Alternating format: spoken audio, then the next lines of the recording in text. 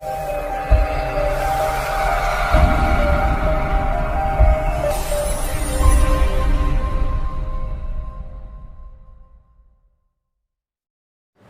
Friends, last lecture में हमने IVC अर्थात इंडस वैली सिविलाइजेशन समाप्त कर लिया था। अब हम लोग वैदिक एज देखते हैं अर्थात वैदिक काल। और इंडस वैली सिविलाइजेशन में मैंने संभवतः आपको आर्यन इन्वेजन थ्योरी बताई थी, अर्थात आर्यों का आक्रमण कैसे हुआ था और आर्य क्यों जीत गए थे, संभवतः जहाँ तक मुझे याद है। और इसके पीछे जो रीज़न था वो ये था कि आर्य जो आए थे वो आपको घोड़े और रथ ये दोनों अपने साथ लेकर के आए थे। तो इस वजह से वो क्या करते थे कि अपनी आर्मी को स्विफ्टली डिप्लॉय करते थे, अर्थात तेज़ी से कहीं भी लेकर के जा सकते थे। और यहाँ पर जो लोकल इनहिबिटेंट पीपल्स थे, जो लोकल ट्राइब्स थी यहाँ की, उन्हें क्या दिक्कत थी कि वो अभी रथ वगैरह बिल्ड अप नहीं किए थे और घोड़े यहाँ पर पाए नहीं जाते थे। तो ये न तो अपना बचाव कर पा रहे थे और न ही भागने में ही तुरंत सक्षम हो पाए। तो इस वजह से आर्य जो है यहाँ पर आकर के और इन्हें ईजिली हरा दिए। तो यही आर्यन इन्वेजन थ्योरी था। और इसमें जो मेनली उनका लीडिंग का जो रोल था वो रथ का और घोड़ों का, ये दो का था। ठीक है, तो अब हम लोग आते हैं वैदिक काल पे। तो आर्यों के बारे में एक चीज़ कहा जाता है कि ये आए कहाँ से थे। तो इस पे आपको दो चीज़ें याद रखनी है, एक मैक्स मुलर का और दूसरा बाल गंगाधर तिलक का। तो मैक्स मुलर ने कहा था कि आर्य जो है ये सेंट्रल एशिया से आए थे। ठीक है, तो मैक्स मुलर ने कहा था कि मध्य एशिया से आए थे। आर्यों का मूल स्थान इसने मध्य एशिया बताया था। और बाल गंगाधर तिलक ने कहा था कि ये आर्कटिक क्षेत्र से आए हैं, अर्थात आर्कटिक रीजन से आर्य बिलोंग्स करते हैं। तो ये दो पॉइंट्स आप लोग याद रखिएगा। और भी अलग अलग इतिहासकारों ने अलग अलग जगह का नाम जिक्र किया है, बट हमें दो का नाम याद रखना है। एक मैक्स मुलर का, चूँकि इनका जो कंसेप्ट है ये यूनिवर्सल एक्सेप्टेड है, इसे हर कोई एक्सेप्ट करता है। और बाल गंगाधर तिलक ये भारतीय थे, इस वजह से बाल गंगाधर तिलक का याद रखिएगा।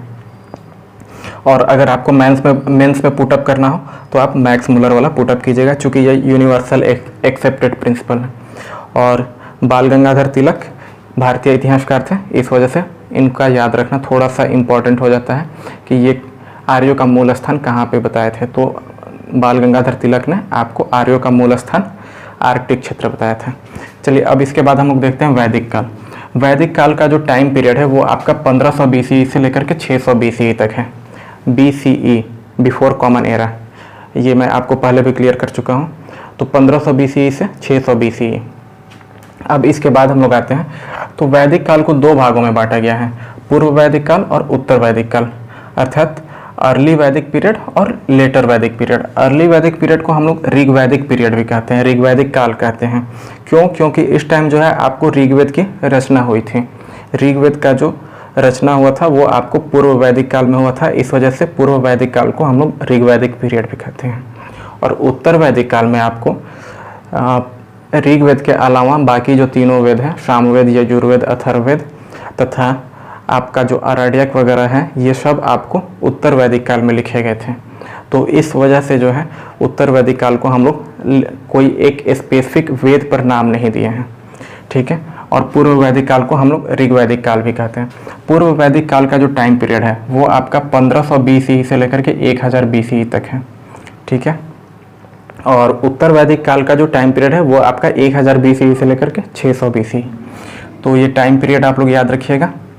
अब इसके बाद जो ऋग्वेद में एक जगह मेंशन है वो आपको हर्यूपिया नाम का एक जगह मेंशन किया गया है।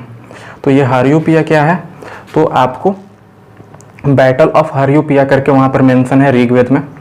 और संभवतः ये अनुमान लगाया जाता है कि सेंट्रल एशियन जो ट्राइब्स जो आए थे, अर्थात जो आर्य आए थे, चूँकि इन्होंने ही वेदों की रचना की थी, तो इन्होंने ऋग्वेद में हर्यूपिया नाम का जगह का मेंशन किया है, बैटल ऑफ हर्यूपिया। और इसमें इन्होंने मेंशन किया है लड़ाई के बारे में। कौन सी लड़ाई? तो आर्यों के बीच में तथा इंडिजिनस ट्राइब्स के बीच में, अर्थात जो यहाँ की मूल जनजाति थी उनके बीच में और आर्यों के साथ, इन दोनों की लड़ाई हुई थी। तो संभवतः ये अनुमान लगाया जाता है कि जो आर्य थे वो हड़प्पा नामक जगह को ही हर्यूपिया मेंशन किए हैं। तो इसको आप लोग याद रखिएगा, बैटल ऑफ हरियूपिया। ये आपको आर्य और लोकल ट्राइब्स, जो यहाँ की इंडिजिनस ट्राइब्स थी, उनके बीच में हुआ था। और ये आपको ऋग्वेद में मेंशन किया गया है, और ये आपको आर्यन इन्वेजन थ्योरी और आर्यों के आक्रमण को प्रमाणित करता है। ठीक है, अब इसके बाद हम लोग आते हैं उस टाइम के, थोड़ा सा हम लोग कैरेक्टरिस्टिक्स देख लेते हैं, फीचर्स वगैरह देख लेते हैं। चलिए, तो फिर हम लोग वैदिक एज के फीचर्स देख रहे थे। तो वैदिक एज का जो समाज था, वैदिक काल का जो समाज था, वो आपका पितृसत्तात्मक समाज था।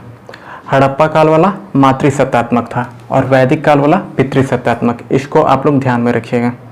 ये समाज पितृसत्तात्मक था, अर्थात यहाँ पर स्वामित्व का अधिकार, घर के स्वामित्व का अधिकार वो मेल पर्सन्स के ऊपर था, चाहे वो पिता हो या फिर वो उनका बेटा हो। तो यानी कि यहाँ पर समाज जो है पुरुष प्रधान समाज था, इसको ध्यान में रखिएगा। और ये जो आर्य थे, ये गांवों का निर्माण करते थे, शहरों का निर्माण नहीं करते थे, शहर नहीं बसाते थे, बल्कि ये गांव बसाते थे। तो ये पक्के मकान नहीं बनाते थे, ये कच्चे मकान बनाते थे, और वो मकान मिट्टी या फिर बांस लकड़ी वगैरह से निर्मित होते थे। तो ये ध्यान में रखिएगा कि आर्य जो है गांवों में निवास करते थे। इसके बाद जो है एक क्वेश्चन जो पूछा जाता है वो आपको पवित्र नदी, इस पे क्वेश्चन रहता है। तो सरस्वती को पवित्र नदी कहा गया है। तो पवित्र नदी जो है वो सरस्वती है, और सिंधु जो है वो महत्वपूर्ण नदी है। इसको ध्यान में रखिएगा, पवित्र नदी और महत्वपूर्ण नदी दोनों में अंतर है। क्या अंतर है? तो इसकी वो पूजा करते थे, इसमें जो गंदे कार्य वगैरह थे वो इस नदी के वाटर से नहीं किया जाता था, और बाकी जो सिंचाई वगैरह जो हो गया या फिर एग्रीकल्चर, पशुपालन, पीने के लिए, तो उस सब के लिए आपको सिंधु नदी का वाटर यूज होता था। तो इस वजह से सिंधु जो थी वो महत्वपूर्ण नदी थी, महत्वपूर्ण नदी थी। और सरस्वती नदी का जो और भी नाम था वो था हरखावती और नदी तारणी। ये दो नाम सरस्वती के उपनाम थे, हरखावती और नदी तारणी। आपको कुछ नदियों के पुराने नाम भी याद करने होंगे, उनको आप लोग देख लीजिए कौन कौन से इसमें इम्पॉर्टेंट है। तो आपका रावी इम्पॉर्टेंट है, रावी को परोक्षणी कहा जाता था। फिर उसके बाद गंडक याद रखिएगा, सदानीरा, ये क्वेश्चंस आपको बीपीएससी में पूछा हुआ है। फिर गोमती, गोमल। फिर आप व्यास का याद रखिएगा, विपाशा। फिर रावी का परोक्षणी, सतलज का शतुद्री, चिनाब का आस्किनी। तो ये सब नाम आप याद रखिएगा, आप लोग इसको नोट डाउन भी कर सकते हैं। अब चलिए हम लोग आते हैं पूर्व वैदिक काल और उत्तर वैदिक काल, इन दोनों के समाज में अंतर क्या था। तो यहाँ पर पूर्व वैदिक काल में आपको महिलाओं की स्थिति अच्छी थी, अर्थात महिलाओं को डिसीजन मेकिंग बॉडीज में रखा जाता था, सभा और समिति में महिलाओं को स्थान दिया गया था। अब ये जो चीज़ है, महिलाओं की स्थिति जो है, ये आपको उत्तर वैदिक काल में डिक्लाइन कर गई, अर्थात महिलाओं की स्थिति में उत्तर वैदिक काल में गिरावट दर्ज की गई। अब उतनी स्थिति अच्छी नहीं रही। तो ये आप कंपैरेटिव एनालिसिस कीजिएगा और टेबल आप ड्रॉ कर लीजिए, तो वो बेहतर रहेगा, आपको याद करना भी आसान रहेगा। यहाँ पर पूर्व वैदिक काल में समाज जो है वो दो भागों में विभाजित था, आर्य और अनार्य। अर्थात जो आर्य थे वो अपना अलग ये करते थे, वो अपने आप को श्रेष्ठ कहते थे, और जो नन आर्य थे, जो आर्य नहीं थे, उनको अनार्य कहते थे। तो इसका एक कॉमन नेम जो दिया गया था वो था द्विज और अद्विज। तो आर्य जो थे वो अपने आप को द्विज कहते थे, और जो बाकी पर्सन्स थे उनको वो अद्विज कहा करते थे। तो ये भी कभी कभार पूछ दिया जाता है, तो द्विज भी याद रखिएगा, आर्य भी याद रखिएगा, और अनार्य और अद्विज ये दोनों एक ही हैं। और उत्तर वैदिक काल में इसमें और ज़्यादा गिरावट दर्ज की गई। यहाँ पर क्या हुआ कि अब जो समाज है वहाँ पर चतुर्वर्ण समाज व्यवस्था लागू कर दी गई। इसको चतुर्वर्ण या फिर चतुष्वर्ण दोनों ही कहा जाता है। अर्थात यहाँ की जो समाज है वो चार भागों में बट गया। कौन कौन से चार भाग? तो ब्राह्मण, क्षत्रिय, वैश्य और शूद्र, ये चार भाग में आपको उत्तर वैदिक काल में बट गया समाज। ब्राह्मणों का कार्य कर्मकांड वगैरह, पूजा वगैरह इसी से रहता था, और क्षत्रिय जो हैं वो आपको लड़ाई वगैरह देखते थे, वैश्य जो है वो आपको ट्रेड्स वगैरह देखते थे, और शूद्र जो है वो इन सब की सेवा करते थे। अब हम लोग और आगे आते हैं। तो यहाँ पर आपको महिला तथा पुरुष दोनों के लिए ही सेम टाइप का ड्रेस था, अर्थात एक ही तरह के कपड़े महिला और पुरुष दोनों पहनते थे, कपड़ों में कोई अंतर नहीं देखा जाता था। और ये जो कपड़े पहने जाते थे वो कॉटन के होते थे और आपको वुलन कपड़े होते थे, ऊनी वस्त्र होते थे। और यहाँ उत्तर वैदिक काल में यहाँ पर डिफरेंट ड्रेसेस देखे गए, अर्थात अलग अलग ड्रेस मिला। तो इसके पीछे रीज़न क्या हो जाता था, क्योंकि यहाँ पर जो है स्टिचिंग की पद्धति इन्हें नहीं पता थी, सिलाई वगैरह इन्हें नहीं आता था, और यहाँ पर स्टिचिंग ये सीख गए। तो फिर यहाँ पर वो है कि सिलाई किए हुए कपड़े पहनना शुरू कर दिए। तो जब सिलाई किए हुए कपड़े पहनेंगे तो फिर वेराइटीज़ वहाँ पर आ जाएगी, तो महिलाओं के लिए अलग कपड़े और पुरुषों के लिए अलग कपड़े हो गए। और यहाँ पर सिलाई की व्यवस्था नहीं थी, सिलाई करना नहीं जानते थे, तो इस वजह से ये सिंपल जो बड़ा कपड़ा होता था उसी को लपेट लिया करते थे, और अब बड़े कपड़े में वैरायटी वो कर नहीं सकते थे, इस वजह से महिला और पुरुष दोनों के लिए सेम टाइप का ड्रेस था। अब इसके बाद जो है ये पूर्व वैदिक काल वाले जो आर्य थे ये लिखने की कला से अनजान थे, इन्हें लिखना नहीं आता था। क्यों? क्योंकि लिपि ही नहीं थी, और यहाँ उत्तर वैदिक काल में लिपि का आविष्कार हो चुका था। तो इसको आप लोग ध्यान में रखिएगा। इसके अलावा एक जो इम्पोर्टेंट चीज़ है वो ये है कि मेल और फीमेल दोनों के लिए ही आपको ऑर्नामेंट्स वगैरह यूज किए जाते थे, अर्थात जो ज्वेलरी वगैरह थी वो मेल और फीमेल दोनों ही यूज करते थे। ये आपको उत्तर वैदिक काल में भी और पूर्व वैदिक काल में भी दोनों में ही आपको मेल और फीमेल दोनों ही व्यक्ति आपको ऑर्नामेंट्स, ज्वेलरी ये सब यूज करते थे। इम्पॉर्टेंट पॉइंट है कि वैदिक काल के आर्य जो थे ये लोहे को श्याम अयस कहते थे। ध्यान रखिएगा, लोहे को श्याम अयस और तांबे को लोहित अयस। थोड़ा सा अटपटा लग रहा होगा बट यही सही है, लोहे को श्याम अयस और तांबे को लोहित अयस। इसको आप लोग कैसे याद कर सकते हैं? तो लोहा जो था उस टाइम शुद्ध अवस्था में नहीं मिल सकता था, तो लोहा हमेशा अयस्क के रूप में रहेगा, और अयस्क के रूप में रहेगा तो लोहे का अयस्क काले रंग का होता है, उस पर आपको जंग वगैरह लग जाएंगे, ऑक्साइड की लेयर जम जाएगी तो वो थोड़ा सा ब्लैकिश कलर का हो जाएगा, तो फिर उसको श्याम अयस्क आप लोग याद रख सकते हैं, और तांबे को लोहित अयस।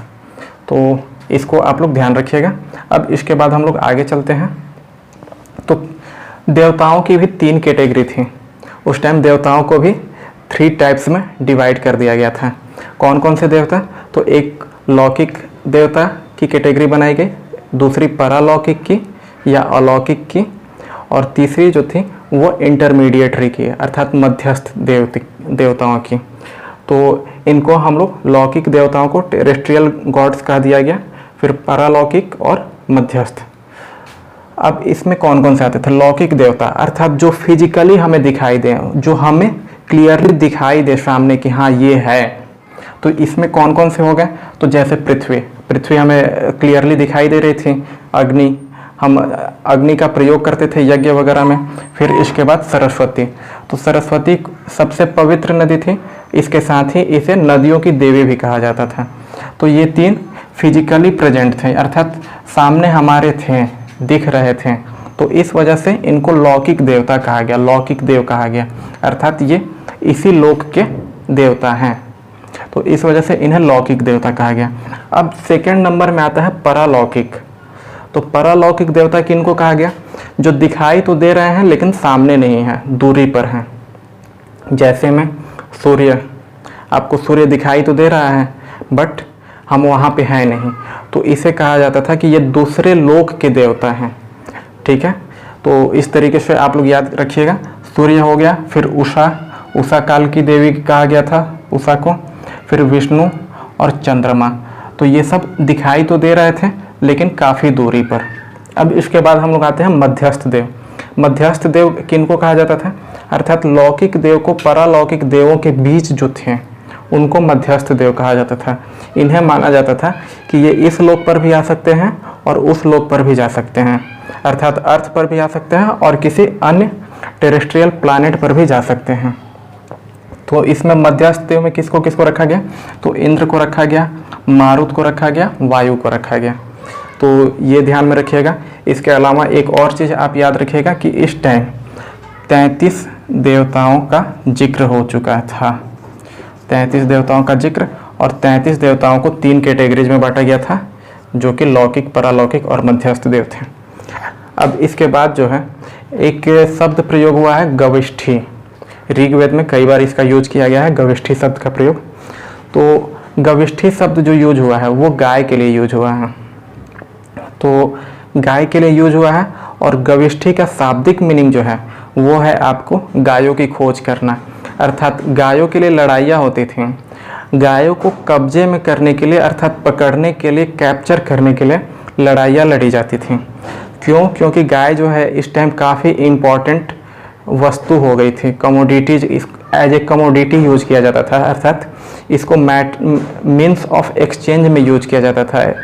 वस्तु विनिमय प्रणाली थी, तो गाय के बदले में सामान वगैरह आप ले सकते थे, तो इस वजह से इसको एज ए कमोडिटी यूज किया जाता था। और बार्टर सिस्टम इस टाइम प्रिवेलेंट था, वस्तु विनिमय प्रणाली थी। वस्तु विनिमय प्रणाली मैं आपको इकोनॉमिक्स में बता चुका हूँ। और वस्तु विनिमय प्रणाली के लिए गाय के अलावा एक निस्क भी एक कमोडिटी थी, उसका भी प्रयोग होता था। निस्क क्या था? तो निस्क आपको सोने का एक सिक्के टाइप का आप आकृति कह सकते हैं थे, सिक्का नहीं था, सोने का एक टुकड़ा कहिए, ठीक है। तो निस्क आपको सोने का टुकड़ा हो गया। तो निस्क और गाय, इन दोनों का प्रयोग वस्तु विनिमय प्रणाली में हुआ करता था। अब इसके बाद हम लोग गाय पे आ गए, और गाय को अघन्या कहा जाता था, अर्थात नहीं मार सकने योग्य, अर्थात जिसको नहीं मारा जा सकता है। लेकिन ऐसा नहीं है कि गाय की हत्या उस टाइम नहीं होती थी।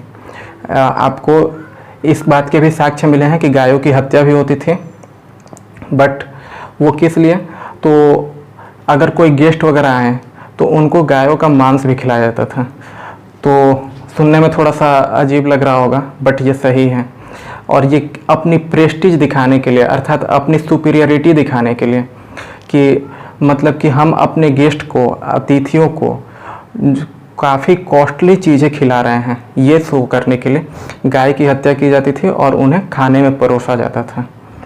और गाय को अघन्या भी कहा गया है, इसको ध्यान में रखिएगा। गविष्ठी मतलब गाय की खोज करना, और गाय को अघन्या कहा गया है, अर्थात गाय की हत्या मना की गई है, अर्थात गाय को नहीं मारा जा सकता था। लेकिन इसके बाद भी ऋग्वैदिक काल में गायों की हत्या के साक्ष्य मिले हैं, और इसको खाने में परोसा जाता था।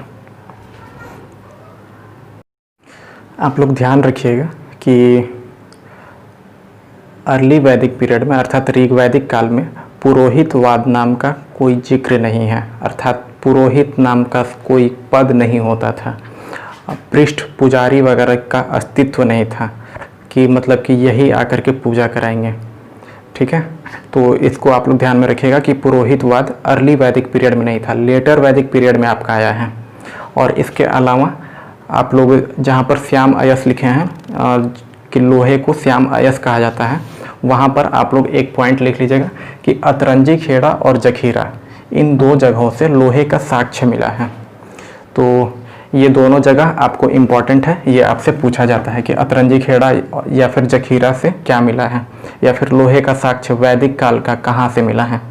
हड़प्पा काल में लोहा नहीं था, तो इस वजह से लोहे का साक्ष्य जो है वो अतरंजी खेड़ा और जखीरा, ये दो जगह आप लोग नाम याद रखिएगा। अब हम लोग देखते हैं पूर्व वैदिक काल की राज व्यवस्था, अर्थात तो उस टाइम जो है राष्ट्र कैसे बटा हुआ था। तो यहाँ पर सबसे ऊपर में राष्ट्र होता था, ठीक है, और राष्ट्र जो है वो कई जनों में बटा होता था, और फिर जन जो है वो 20 में बटता था। तो इसको आप लोग कैसे समझ सकते हैं? तो राष्ट्र आपका प्रेजेंट डे देश वाला सिस्टम आप लोग समझ लीजिए, ठीक है। तो राष्ट्र का मतलब देश हो गया, जन का मतलब राज्य समझिए, 20 का मतलब जिला समझिए, ग्राम समझ ही रहे हैं। तो ये चीज़ था, इसको आप लोग को याद नहीं करना है, ये मैं समझने के लिए बताया हूँ। राष्ट्र था, राष्ट्र का प्रमुख किंग होता था, राजा होता था। अब इस राजा के नीचे आपको कई सारे जो राज्य जो थे उनको हम लोग जन कहते थे, और जन के जो प्रमुख होते थे उसको गोप कहा जाता था। तो ये भी आप लोग याद रखिएगा कि ये प्रमुखों का नाम है। यहाँ पर मैं लिख देता हूँ प्रमुख। तो जन का जो प्रमुख था उसको गोप कहा जाता था। फिर विष के प्रमुख को विषपति कहा गया, ग्राम के प्रमुख को ग्रामीणी, और कुल का मतलब परिवार, तो कुल के प्रमुख को कुलपति या फिर गृहपति ये कहा जाता था। इसको आप लोग ध्यान में रखिएगा। और इस टाइम जो है कोई फिक्स्ड आर्मी नहीं थी कि राजा जो है वो इतनी सैनिकों की सेना रखेगा। राजा जो है वो अपने पास सेना नहीं रखता था। तो फिर गविष्ठी के लिए जब लड़ाई होती थी तो उस टाइम आते कहाँ से सैनिक आते कहाँ से थे, तो राजा उस टाइम जो है वो गोप से डिमांड करता था, सारे गोप से डिमांड करता था कि हमें आपके सैनिक चाहिए। तो ये सैनिक भेजते थे। तो सैनिक गोप के पास होता था, राजा के पास नहीं होता था। राजा का इनकम ऑफ सोर्स क्या था? टैक्सेशन तो था नहीं, तो टैक्सेशन नहीं था तो वॉलंटरी आपको ट्रिब्यूट था, अर्थात आप स्वैच्छिक रूप से कुछ दान दीजिए, ये सिस्टम था। तो स्वैच्छिक दान दिया जाता था राजा को, और इस दान को जो है वो बाली कहा जाता था। तो इसको ध्यान में रखिएगा कि बाली जो है वो स्वैच्छिक दान हुआ करता था। और ये जो थे बाली जो है वो कोई भी दे सकता था, जन से भी मिल सकता था, विष से भी, ग्राम से भी और कुल से भी, अर्थात कोई भी व्यक्ति जो है, कोई भी समाज जो है वो आपको वॉलंटरी कंट्रीब्यूशन दे सकता था राजा को। बट ये फिक्स नहीं था कि आपको इतना देना ही देना है। तो इसके बाद हम लोग देखते हैं सभा और समिति। सभा और समिति को प्रजापति की दो पुत्रियां कही गई हैं, ठीक है। अर्थात प्रजापति की ये दो पुत्रियां हैं सभा और समिति। ये दोनों किंग के अंडर में होते थे। किंग के अंडर में ये दोनों अपना फंक्शन काम करते थे। और इसका ये जो प्रजापति की पुत्रियां हैं इसको शतपथ ब्राह्मण में मेंशन किया गया है। ये क्वेश्चंस आप लोग एकदम याद रखिएगा, ये बीपीएससी का फेवरेट क्वेश्चन है कि सभा और समिति को प्रजापति की दो पुत्रियां किस ब्राह्मण में कही गई है। तो इसको आप लोग याद रखिएगा कि शतपथ ब्राह्मण में आपको प्रजापति की दो पुत्रियों का जिक्र है, और उसमें यह कहा गया है कि ये दोनों सभा और समिति किंग के अंडर में काम करती हैं। तो अब इसके पास क्या क्या कार्य थे सभा और समिति में? तो सभा जो था ये आपका जुडिशियल फंक्शन को करता था, अर्थात न्यायिक क्षेत्र जो है वो आपको सभा देखता था। और समिति जो है ये बड़ी बॉडी थी, अर्थात इसमें ढेर सारे लोग हुआ करते थे। और ये कैसे कार्य देखती थी? तो ये आपको एग्जीक्यूटिव वाले कार्य देखती थी, अर्थात डे टू डे क्या फंक्शन किया जाए, क्या चीज़ किया जाए, ट्रेड वगैरह को लेकर के या फिर किसी भी चीज़ का डिसीजन मेकिंग ये बॉडी थी। समिति डिसीजन मेकिंग बॉडी और सभा जो था वो न्यायिक बॉडी था, इसको ध्यान में रखिएगा। और मोस्ट इम्पॉर्टेंट शतपथ ब्राह्मण, कि शतपथ ब्राह्मण में सभा और समिति को प्रजापति की दो पुत्रियां कही गई हैं। अब इस टाइम जो था आपको महिलाओं को वर चुनने की आज़ादी थी, अर्थात महिलाएं जो हैं वो अपना पति स्वयं चुन सकती थीं। और विधवा पुनर्विवाह का भी प्रचलन था, विधवा विवाह का भी प्रचलन था, और इसको जो है नियोग विवाह कहा जाता था। तो ये याद रखिएगा कि नियोग विवाह का मतलब क्या हुआ। तो आज के लेक्चर में इतना ही रखते हैं। कल के लेक्चर में हम लोग काफ़ी इम्पॉर्टेंट चीज़ें कवर करेंगे। चारों वेद करेंगे, फिर ब्राह्मण वगैरह करेंगे, तथा उसके बाद जो है हम लोग लेटर वैदिक पीरियड देखेंगे। तो आज का लेक्चर इतना ही पे ख़त्म करते हैं। Thank you.